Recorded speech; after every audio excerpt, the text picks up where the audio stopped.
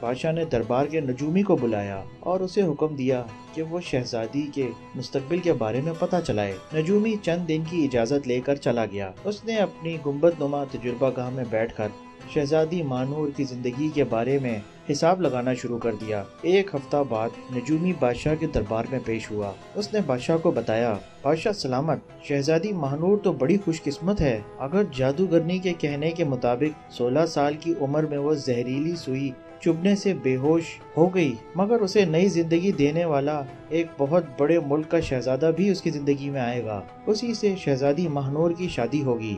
مگر افسوس، میں زیادہ تفصیل سے آپ کو نہیں بتا سکتا کہ شہزادہ کہاں سے آئے گا اور کب آئے گا۔ اس کی وجہ یہ ہے کہ میری تجربہ گاہ پر جادوگرنی کی نظر ہے۔ جادو کے زور سے بادلوں کا سایہ کر دیا گیا ہے۔ اب میری دوربینیں کام نہیں کر رہی جن سے میں ستاروں کی گردش کا پتہ چلاتا ہوں۔ بادشاہ یہ سن کر خاموش ہو گیا۔ ایک ماہ بعد پریاں بادشاہ کے محل میں دوبارہ پہنچیں۔ انہوں نے ملکہ اور بادشاہ کو بتایا کہ شہزادی مہنور کو ہوش میں لانے والا شہزادہ مغرب کے کسی ملک سے آئے گا۔ اس کا نام شہزیب ہوگا۔ ہم نے اس کا پتہ چلا لیا ہے۔ آپ کو اب شہزادی کے لیے فکر مند ہونے کی ضرورت نہیں ہے۔ یہ کہہ کر پریاں واپس چلی گئیں۔ وقت گزرتا گیا، شہزادی جوان ہوتی گئی۔ ملکہ اور بادشاہ یہ بھی بھول گئے کہ شہزادی کے لیے منحوس سال قریب آتا جا رہا ہے۔ ایک دن شہزادی مہنور باغ میں گئی۔ اس نے مالن کو ہار بناتے دیکھا تو اس نے مالن سے کہا، لاؤ سوئی ہمیں دکھاؤ، ہم بھی ہار پروئیں گے۔ بھلا مالن شہزادی کا حکم کیسے ٹال سکتی تھی؟ اس نے سوئی اور پھولوں کی ٹوکری شہزادی کے سامنے رکھ دی۔ شہزادی نے ابھی دوسرا پھول دھاگے میں پرویا ہی تھا کہ اچانک سوئی اس کی انگلی میں چبھی اور وہ ہائے اللہ میں مر گئی کہتے ہوئے زمین پر ڈھیر ہو گئی۔ محل میں کوہرام مچ گیا۔ تمام مصروفیات ترک کر دی گئیں۔ چند لمحوں میں خوشی کی جگہ افسردگی اور افسوس نے لے لی۔ ملکہ اور بادشاہ نے جب یہ خبر سنی تو وہ غم سے نڈھال ہو گئے۔ انہوں نے شہزادی کو اس کی خواب گاہ میں لٹایا اور ماتمی لباس پہن لیا۔ شہزادی مہنور کو بے ہوش ہوئے 2 یا 3 گھنٹے ہی گزرے ہوں گے کہ تینوں پریاں محل میں پہنچی اور انہوں نے ملکہ کو بتایا، ہم نے شہزادہ شہزیب کو تلاش کر لیا ہے۔ آج کل اس کا باپ سخت بیمار ہے۔ شاہی حکیم نے اسے پیلا گلاب لانے کو کہا ہے۔ پیلے گلاب کا دنیا میں ایک ہی پودا ہے اور وہ پودا ہماری نانی کے باغ میں ہے۔ ہم اسے پیلا گلاب دے کر شہزادی کو ہوش میں لانے کے لیے اس کی مدد مانگیں گے۔ ہمیں امید ہے وہ اس شرط پر پیلا گلاب لینا قبول کر لے گا۔ پریوں نے دیکھا بادشاہ اور ملکہ ان کی اس گفتگو سے مطمئن نہیں ہیں، چنانچہ انہوں نے فیصلہ کیا کہ محل کے تمام لوگوں کو اتنے عرصے کے لیے گہری نیند سلا دیا جائے جب تک شہزادہ شہزیب شہزادی کی مدد کو نہ پہنچ جائے۔ انہیں خطرہ تھا کہ کہیں ملکہ اور بادشاہ شہزادی کے غم میں پاگل نہ ہو جائیں۔ یہ سوچ کر انہوں نے جادو کے زور سے محل کے سارے لوگوں کو بے ہوش کر دیا۔ اگر کوئی غلام صفائی کر رہا تھا تو وہ وہیں بے ہوش ہو گیا، کوئی پانی بھر رہا تھا تو وہ وہیں بھرتا رہ گیا۔ بادشاہ قلم منہ میں لیے خاموش ہو گیا اور ملکہ کی آنکھوں میں آنسو بھرے کے بھرے رہ گئے۔ مصر کا شہزادہ شہزیب ایک رات اپنے محل کی چھت پر سو رہا تھا۔ اچانک اسے یوں محسوس ہوا جیسے اس کے سرہانے کی طرف کوئی کھڑا ہے۔ اس نے فوراً نیام سے تلوار نکالی اور چلایا، کون ہے جو ہماری اجازت کے بغیر ہماری خوابگاہ میں چلا آیا ہے؟ اچانک خوابگاہ کی شمع خود بخود جل اٹھی۔ اس نے دیکھا اس کے سرہانے خوبصورت پری کھڑی ہے۔ اس نے ذہن پر زور دیا تو اسے یاد آ گیا۔ اس نے پوچھا، اگر میں بھول نہیں رہا تو تم نیلم پری ہو؟ تم نے مجھے پیلا گلاب لا کر دیا تھا جس کی پنکھڑیاں کھا کر میرے والد صحت مند ہو گئے تھے۔ شہزادے کی یہ بات سن کر پری بولی، ہاں شہزادے، میں نیلم پری ہی ہوں۔ تم نے مجھ سے وعدہ کیا تھا کہ میں تمہیں پیلا گلاب لا دوں تو تم میرا ایک کام کر دو گے۔ کیا تمہیں اپنا وعدہ یاد ہے؟ پری کی یہ بات سن کر شہزادہ بولا، نیک دل پری، شہزادہ کبھی اپنا وعدہ نہیں بھول سکتا۔ میں اپنی جان پر کھیل کر تمہارا ہر کام کر دوں گا۔ تم ایک مرتبہ کام کہہ کر تو دیکھو۔ پری نے شہزادے شہزیب سے کہا، میرا کام نہایت معمولی ہے، تھوڑی سی جرت کی ضرورت ہے۔ شہزادے نے پری کی بات کاٹتے ہوئے کہا، تم مجھے بتاؤ تو صحیح، مجھے تمہارے لیے کیا کرنا ہے، پھر میں جانوں اور میرا کام۔ پری کہنے لگی، پیارے شہزادے، تمہارے ملک کے شمال مغرب میں ایک بہت بڑا جنگل ہے